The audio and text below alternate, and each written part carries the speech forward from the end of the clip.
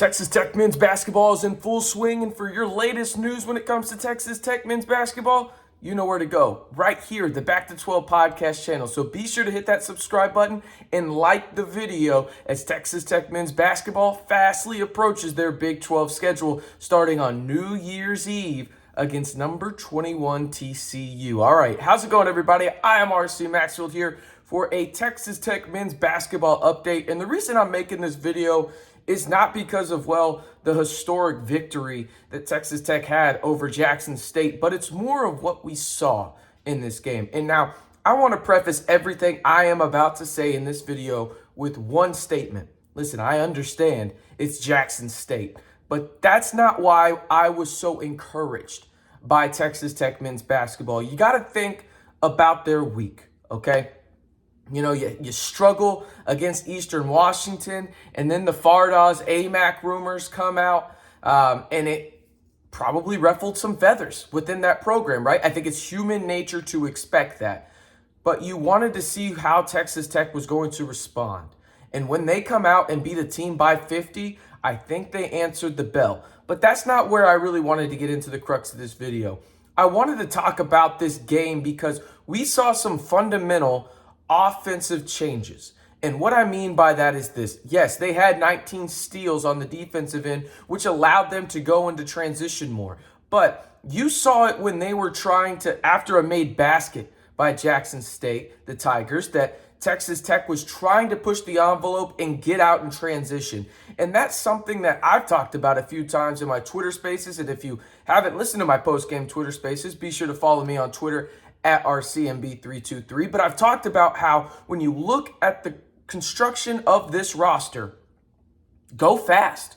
Just go fast, especially when you have no Bacho and Fardaws on the floor. And that's what we saw against Jackson State. Now, obviously, Jackson State is, I believe, 1-10 now after this game. But you look at what Texas Tech from a fundamental offensive philosophy standpoint, and it changed quite a bit. Okay, what they did was run and gun type stuff, and then they ran the pick and roll with the kickouts to the corner, and you saw what that happened in terms of the results, right?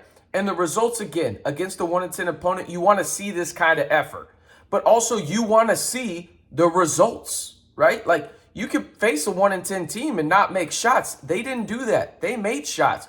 And guys like Damarian Williams, guys like Kerwin Walton, made threes, and I promise you, a game like Jackson State was much, and I mean much needed for those two guys who have gone through it in terms of the struggles early on in their transition to the 806 and really just putting the ball in the basket, what they were asked to do when they came in here from Gardner-Webb and then North Carolina, respectively, right? You think about Damarian Williams now. He's shooting over 40% from three now.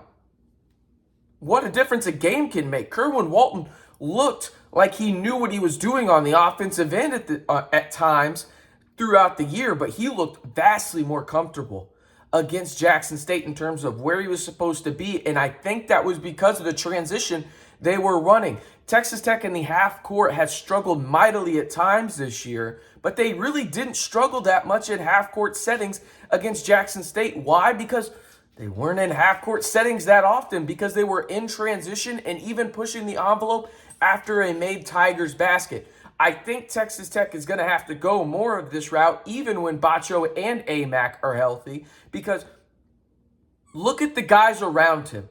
Look at the guys on this offense that Texas Tech has brought in this season. You brought in Kerwin Walton. You brought in Damarian Williams. You brought in Devion Harmon, Pop Isaacs, Lamar Washington, the list goes on, and these guys thrive in going fast in an offense, not out of control, but in a fast tempo offense that creates space and puts the pressure and puts defenses on their heels, right? You think about Pop, and we'll talk about him more a little bit later because he's on, right now, I get it, it's only 10 games in, but he's on a pretty historic pace for made threes per game for Texas Tech. He's the kind of guy, alongside Devion Harmon, you want when Devion Harmon is pushing the envelope, and Devion Harmon is an elite guard in transition. There's no doubt about it, okay? That's where he thrives the most. It allows him to show off his skill set in no other way possible like he can, right? In the half court, he's a solid guard, but in transition, he becomes a damn near elite guard. And so when you have a guy like Pop alongside of him, when you have a guy that's young alongside of him and Lamar, and Pop is obviously young too, it allows him to make those guys better. It allows him to bring those guys up that need a little bit of confidence boost in the Kerwin Waltons in the world, the Damarian Williams, of the world. And Texas Tech did that against Jackson State. I'll say this. I would be very surprised if they don't continue to see what everyone else likely saw in this game, where it's like, hey, when we get out in transition, we're a really good team. Now, they're not going to steal the ball 19 times every game. That's just unrealistic. But capitalize on those. When you have a chance to go fast, do it. And even when you don't have a chance to go fast, create the pressure on the defense, on the opposing defense, put them on their heels and really make it impactful for your offense and put your team in a chance to succeed. Now, let me know in the comments down below what you want to see from this Texas Tech offense. Do you want to see more threes? Do you want to see more run and gun? Do you kind of like what you're seeing? Let me know down below. And while you're at it, be sure to like the video as well. All right. I wanted to talk about a couple of players respectively on this team. And they're both in the thumbnail, so that probably gives it away who I want to talk about. But Kevin Obanor, that's the first guy I want to talk about, because when you look at what Kevin Obanor has done this year, I think it can actually get a lot better. And he's already averaging 15.3 points per game, 6 rebounds and assists, a steal and a half per game. His shooting numbers are really good from the line and from the field, but he's still struggling from three. And that's another reason why I think Texas Tech is going to really push the envelope and get out and transition more, even with Bacho and Amac healthy, is because it allows Kevin Obanor to go to his spot. And what is his spot? If you listen to me talk about Kevin Obanor for the past year and a half, you know what it is, and it's the right corner. He, in college basketball, not just this year or in his career, is a historic shooter from the right corner. He's unbelievable. He shoots over 50% from there. He's historically great from there. And you notice that's where he runs to when Texas Tech is going in transition. I think they're going to get him more involved. He's shooting 31.4% from three. Listen, if Texas Tech goes into this run and gun type offense whenever they have the chance, it's not going to happen every possession. I understand that. But if they really feed into it and really push the envelope with it, I think Kevin Obanor can get close to his 2019, 2020 range in terms of what he shot from three, and that was 38.8. And if he does that, he's averaging close to 19 points a game and really one of those true difference makers for not only Texas Tech, but guys like Bacho and Amac, because they create so much space and teams are going to have to respect him from the outside more. That allows the open concept in the middle of the floor for Texas Tech around the paint, and that's where Amac and Bacho thrive. Now, I do want to talk about Pop Isaacs as well, because, listen, I'll be honest, I didn't know exactly how he would fit with De'Vion Harmon. I thought it would be a really solid fit, but I didn't know how quick it would happen, right? And it has happened that quick. Snap of a finger. He has done absolutely phenomenal. Pop Isaacs is averaging 2 made threes per game. The last two players to do that over the course of a whole season. And listen, I get I'm kind of getting ahead of myself potentially, but this is what Pop was brought in here to do, was shoot the ball and be a primary ball handler. And he's done both of those things at a very elite level. And I don't use that word lightly, as a freshman. And that's the truth. Just watch the games. I know early on in the season, he turned the ball over a little bit. That's really changed. These past really 7 games, he has been on a very good turnover to assist ratio for the Red Raiders. But he was brought in here to shoot, and that's what he's doing. He's averaging 2 made threes per game.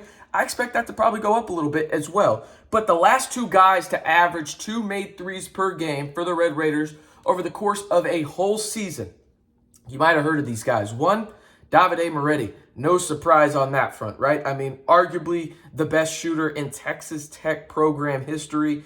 He averaged 2.2 threes made per game in his final season in the Scarlet and Black in 2019, 2020.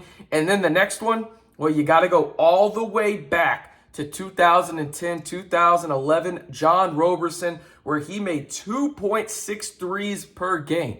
In fact, in his career, he averaged no less than 1.7 threes made per game, dating back to 2007 to 2011 when he was in the 806. So Pop is on a historic pace when it comes to shooting, and I think the run and gun will even just help that a little bit more. But I want to hear from you guys. Do you think Texas Tech really buys into this offensive change that we saw against Jackson State, or was this just, hey, RC, let's not get ahead of ourselves? They were playing a 1-10 team in Jackson State. They had a lot of turnovers. They ran out in transition. For me personally, I think it's somewhere in between, because I think you cannot realize the results that you had there, even off the steals and pushing the envelope off of defensive rebounds. It'll be interesting to monitor for sure. As always, you know what to do. Hit that subscribe button to stay in the know on everything Texas Tech Athletics. For your one-stop shop, everything Texas Tech Athletics, subscribe to the Back to 12 podcast channel.